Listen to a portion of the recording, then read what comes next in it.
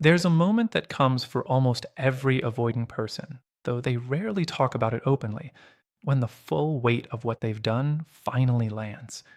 Not because someone made them feel guilty, not because they had a sudden epiphany of remorse, but because the strategy that kept them safe for so long stopped working. And now they're standing in the wreckage of a connection they destroyed without ever actually understanding how to build something different. And if you're sitting with the knowledge that someone who hurt you is now hurting themselves, that's exactly what this is about. You probably didn't think you'd want to know this.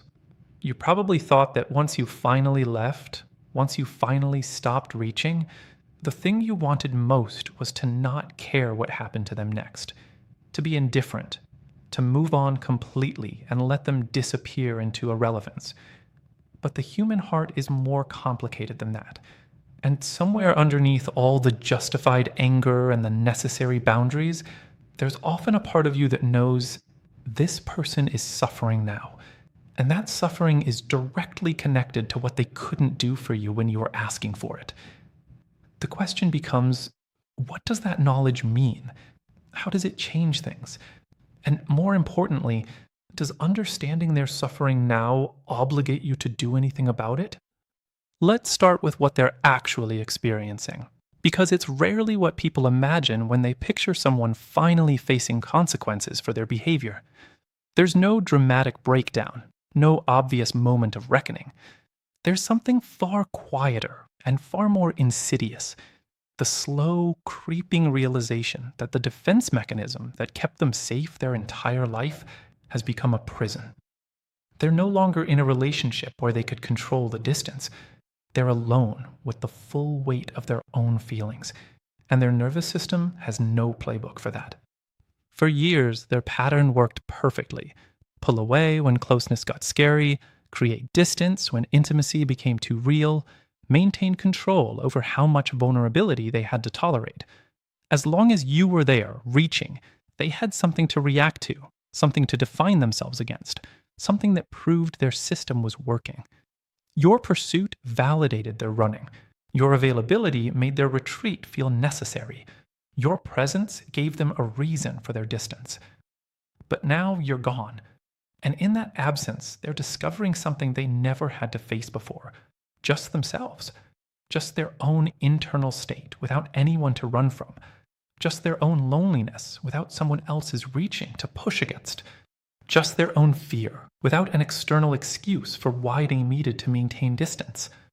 This is genuinely painful for them, in ways that are often more intense than anything they experienced while the relationship was still active.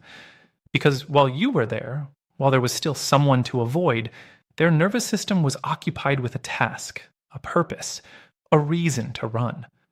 Now there's nothing to run from but themselves. And themselves turns out to be exactly what they've been running from their entire life. The consequences show up in specific ways, though they rarely articulate them clearly. There's the insomnia that comes from having nothing left to distract from their own thoughts. There's the sudden, overwhelming sense that they made a mistake, not because they suddenly developed capacity for intimacy, but because they finally have to sit with what their fear cost them. There's the confrontation with their own emptiness, their own loneliness, the hollowness of the independence they worked so hard to maintain. Some avoidant people respond to this by trying desperately to get back what they lost, not because they've changed, but because having you back would give them something to do again, something to react to, something that would occupy their nervous system enough to not feel their own internal state. Others respond by disappearing further, isolating more completely, because the fear that comes with their own solitude is worse than any conflict or rejection could ever be. What's important for you to understand is that their suffering isn't actually about you anymore. It's about them finally having to integrate the parts of themselves they've spent their entire life avoiding. It's about the terror of discovering that the only person they need to run from is themselves. It's about the slow, impossible realization that pushing away connection doesn't actually protect you from needing connection. It just isolates you more completely. This is the thing nobody talks about when discussing avoidant people. They're suffering from the exact same fear you were suffering from when you were trying to get them to stay close. You were suffering from the fear of being left. They're now suffering from the fear of having gotten exactly what they said they wanted: complete freedom, complete independence, complete aloneness. And it turns out that's not actually what their nervous system wanted at all. It was just what it said it wanted to justify running away. Here's something worth sitting with carefully. Their suffering doesn't mean you did anything wrong. Their suffering doesn't mean you should feel guilty for leaving. Their suffering doesn't mean your boundaries were too harsh or your expectations were too high. Their suffering is simply what happens when someone finally has to stop running and stand still long enough to feel what they've been avoiding. That's not your responsibility to fix. But it is worth understanding, because understanding it allows you to release a specific kind of guilt that many people carry after leaving an avoidant partner. The guilt that says if you had just loved them better, been more patient, understood them more deeply, they wouldn't be suffering now. The guilt that says maybe you caused this pain by leaving. The guilt that says perhaps you should do something to ease their suffering, should reach out, should try one more time. Understanding what they're actually experiencing now allows you to see that clearly. Their suffering exists because of their own patterns, their own fear, their own inability to stay present with discomfort. You didn't cause it. You couldn't have prevented it. And reaching back in to ease their pain would only perpetuate the very pattern that created the suffering in the first place. Let's talk about what happens inside them as they slowly realize what they've done. This realization usually comes in waves, not all at once. There might be a moment where they remember something you said, something you asked for that they couldn't give at the time, and suddenly they can see it clearly. They can see exactly how they hurt you. They can see exactly what you were asking for that was completely reasonable, and how unreasonable they were in their refusal to try. That moment of clarity is often devastating because it comes accompanied by the full weight of understanding that this knowledge came too late. Some of them never reach this point. Some of them rationalize forever, never actually facing what they did or why they did it. They tell themselves stories where you were the problem, where you were too needy, too demanding, too emotional.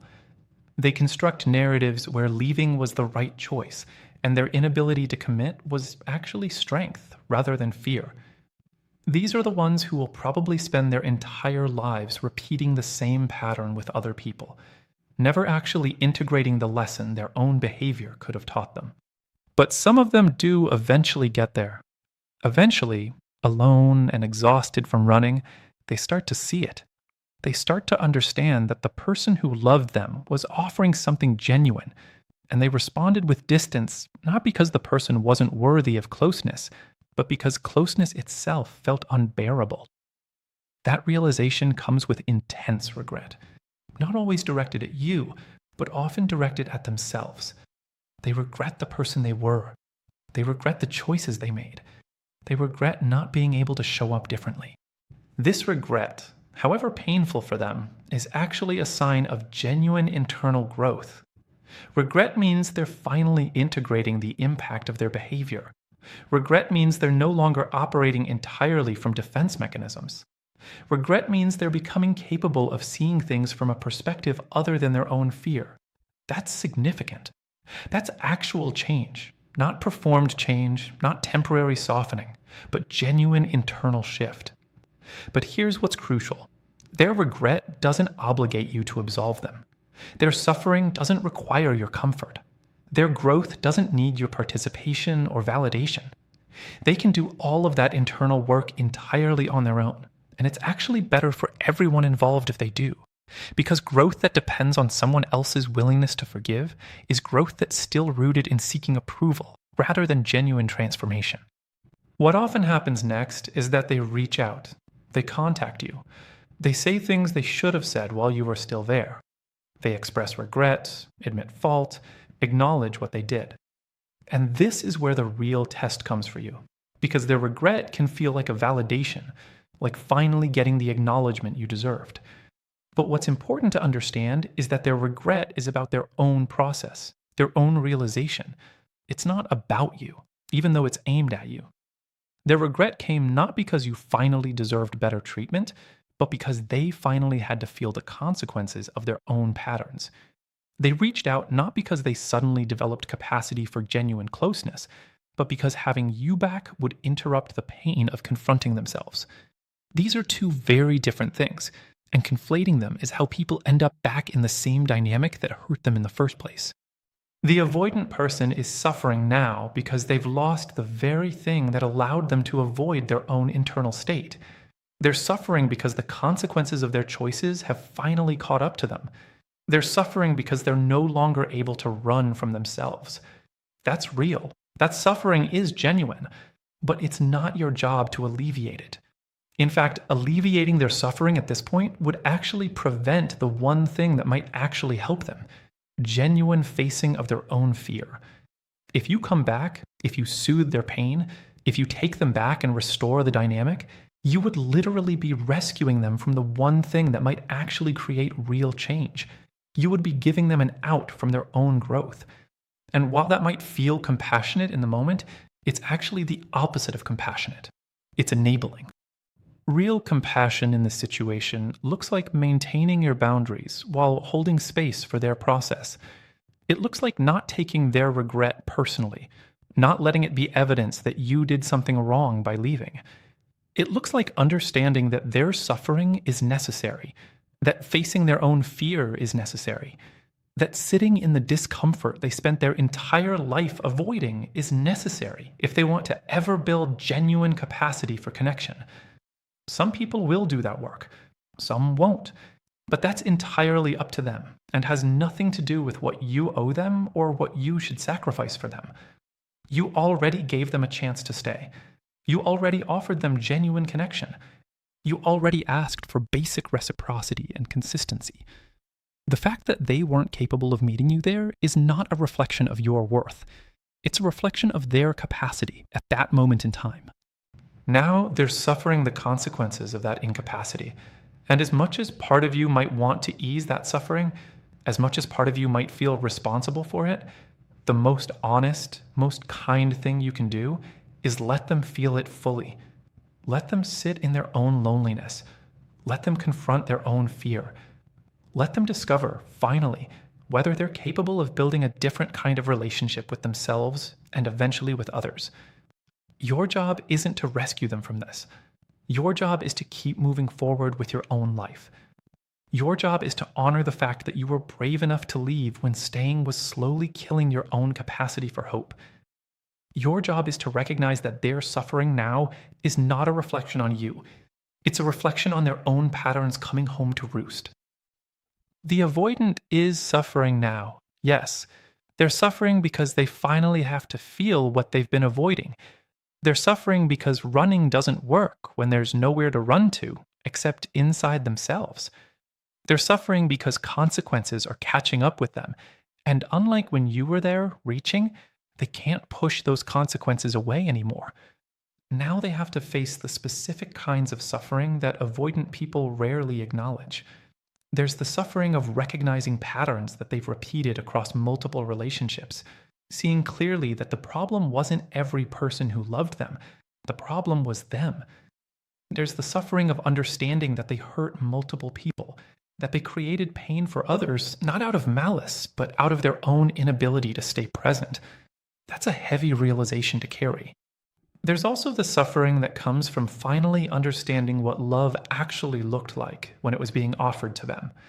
They're likely replaying moments with fresh eyes now, remembering times when you were vulnerable and they responded with coldness, remembering times when you asked for something reasonable and they claimed you were being too much, remembering times when you expressed hurt and they minimized it because your hurt made them uncomfortable. These replayed moments come with genuine horror at how they treated someone who was genuinely trying. Some of them cycle between wanting to reach out and apologize and feeling like an apology would be selfish, like you don't owe them the opportunity to feel better about themselves by hearing that you forgive them. This internal cycling is its own form of suffering, because it means they can't even find peace in regret. They're stuck between the pain of what they did and the guilt about trying to relieve that pain. There's also a specific kind of suffering that comes from understanding, finally, that they pushed away the exact person who was offering them what they actually needed. They spent so much energy running from closeness, and now they're left with the knowledge that the person who loved them was actually capable of the consistency they were so afraid of. The stability they convinced themselves didn't exist. The willingness to stay that they assumed was impossible to find. That knowledge is painful, precisely because they understand now what was actually possible if they'd been capable of staying present for it. The avoidant person is also suffering from the loss of the role they played. For so long, they were the one with power in the dynamic.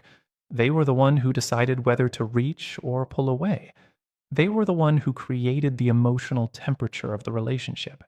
They had control. Now, they're in a position where they have no power at all. They can't get you back through distance, because distance is what caused the original loss. They can't get you back through warmth, because you've learned not to trust their warmth. They can't regain control because you've finally taken control back. That loss of control is destabilizing in ways that most people don't understand until they've experienced it. There's also the suffering that comes from having to confront the fact that their independence, which they fought so hard to preserve, is actually just isolation. They're finally discovering the difference between being alone and being free. Aloneness turned out to be far less pleasant than they'd imagined when they were fighting so hard to maintain it. Aloneness turned out to involve a lot of pain that no amount of self-sufficiency can alleviate. What's particularly difficult for them is that nobody warned them about this. Nobody told them that if you spend your entire life avoiding close connection, you'll eventually be very good at being alone, but terrible at being happy. Nobody explained that the wall they built to protect themselves would eventually become a prison. They're discovering all of this too late, and the discovery comes with the weight of knowing that someone who loved them tried to tell them exactly this, and they weren't capable of hearing it. Some of them might eventually reach out, not with grand gestures or dramatic expressions of change, but with quiet acknowledgement of what they did. They might say something like, "I see now what you are asking for." They might acknowledge that you weren't wrong to expect consistency. They might finally admit that you deserved better. And when this happens, when they finally offer the acknowledgement you needed so badly while you were together, there's often a strange mixture of satisfaction and emptiness in receiving it. It's too late, and they know it's too late, and you know it's too late. But they're saying it anyway, because they finally understand. But even when this happens, even when they finally offer what you should have received all along, the question remains, what does this change? They're still the person who couldn't give you what you needed when you actually needed it. They're still the person who made you chase. They're still the person who hurt you. And now they're suffering because of those choices. But their suffering doesn't erase yours. This is the crucial part that people often miss when they're tempted to go back. Understanding why they hurt you doesn't mean they're now ready to stop hurting you. Understanding that they had fear doesn't mean they've overcome it. Understanding that they made mistakes doesn't mean they won't make them again. Understanding all of this just means they understand. It doesn't mean they've changed their capacity. The avoidant is suffering, yes, but their suffering is their process, not your responsibility. Their pain is theirs to work through, not yours to fix. Their consequences are theirs to face, not yours to soften. This is what genuine boundaries actually mean in practice. It means understanding their experience while maintaining distance from it. It means having compassion without participation. The hardest part for many people is accepting that their suffering might never lead to change. They might sit with this pain for the rest of their life and never develop actual capacity for healthy relationship. They might eventually suppress all of this discomfort and go back to their old patterns, finding new people to distance themselves from, creating new cycles of running and pursuit. They might never actually integrate the lesson their own behavior could have taught them. And as sad as that is to imagine, it's also not your problem to solve. But that's also not the point. The point is that they're finally experiencing the direct result of their own choices. The point is that they're finally unable to externalize their pain, or minimize their impact, or blame you for everything. The point is that they finally lost the one thing that made their defense mechanisms feel necessary, someone to run from. But that suffering, as difficult as it is to witness or think about, might actually be the only thing that could ever create genuine change in them. Real transformation rarely comes from comfort. Real transformation comes from being forced to sit with discomfort until you finally understand what you're so afraid of. The avoidant person is finally sitting with that discomfort. They're finally unable to run. And that's actually a necessary part of any genuine healing they might eventually do. But here's what's important for your own peace. Their healing is not your job. Their transformation is not your responsibility. Your role in their life is over. The only role you have now is the role of someone who moved forward with their life, despite the pain someone else caused. That's actually a far more important role than trying to rescue them from their own consequences. There's a specific kind of freedom that comes from accepting that someone who hurt you is now hurting themselves, and that this isn't your problem to solve. That freedom means you're no longer responsible for their emotional state. You're no longer required to soften your boundaries or moderate your recovery and make them feel better. You're no longer obligated to monitor their progress or support their journey or provide them with reassurance. You can notice that they're suffering without making it mean anything about your worth or your choices. You can witness their pain without taking responsibility for it. You can understand that their consequences are real without feeling like you need to ease those consequences. That's what actual healthy detachment looks like. It's not cold. It's not unfeeling. It's just clear about where their responsibility ends and yours begins. The knowledge that they're suffering now might bring you a complicated mix of emotions. There might be satisfaction in knowing that they finally have to face what they avoided. There might be sadness at recognizing what could have been different. There might be guilt for feeling satisfied. There might be relief that you no longer have to carry their emotional state. All of these feelings are legitimate, and all of them deserve space. But through all of those feelings, the most important thing to hold on to is this. Their suffering is not punishment that you delivered. It's not consequences that you created. It's not a debt they owe to you. It's simply what happens when someone finally has to stop running and feel what they've been avoiding. It's a natural result of their own choices, and it's actually necessary for any growth they might eventually experience. The avoidant person is suffering now, that's true, but the point isn't to gloat or to watch from a distance or to hope they suffer forever. The point is to understand clearly that you're no longer part of this. Their suffering is separate from you. Their healing is separate from you. Your life is separate from theirs now. And that separation is exactly what was supposed to happen. You can feel compassion for their process while maintaining your own boundaries. You can understand their pain while protecting your own peace. You can recognize that they're struggling without making their struggle your responsibility. That's the maturity that comes from truly moving on. And it's the only sustainable way to remain grounded while watching someone who hurt you finally face the consequences of their own behavior. The consequences they're facing are real. The suffering they're experiencing is genuine, but it belongs entirely to them. And that's exactly how it should be. They're the ones who chose running. They're the ones who chose distance over genuine intimacy. They're the ones who created this pattern and reinforced it across years. And now they're finally living with the full weight of what that choice created. A life organized around avoiding the very thing they desperately need. A carefully maintained independence that turned out to be profound isolation. A defense mechanism that finally worked so well it locked them away from everything good. This is their process. This is their consequence. This is their wake-up call, and it's one they have to answer alone. You've already done your part. You already loved them.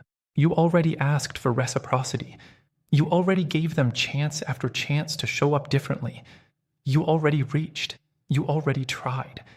And when it became clear that trying wasn't going to work, When it became clear that they couldn't give you what you were asking for, you left. That was brave. That was necessary.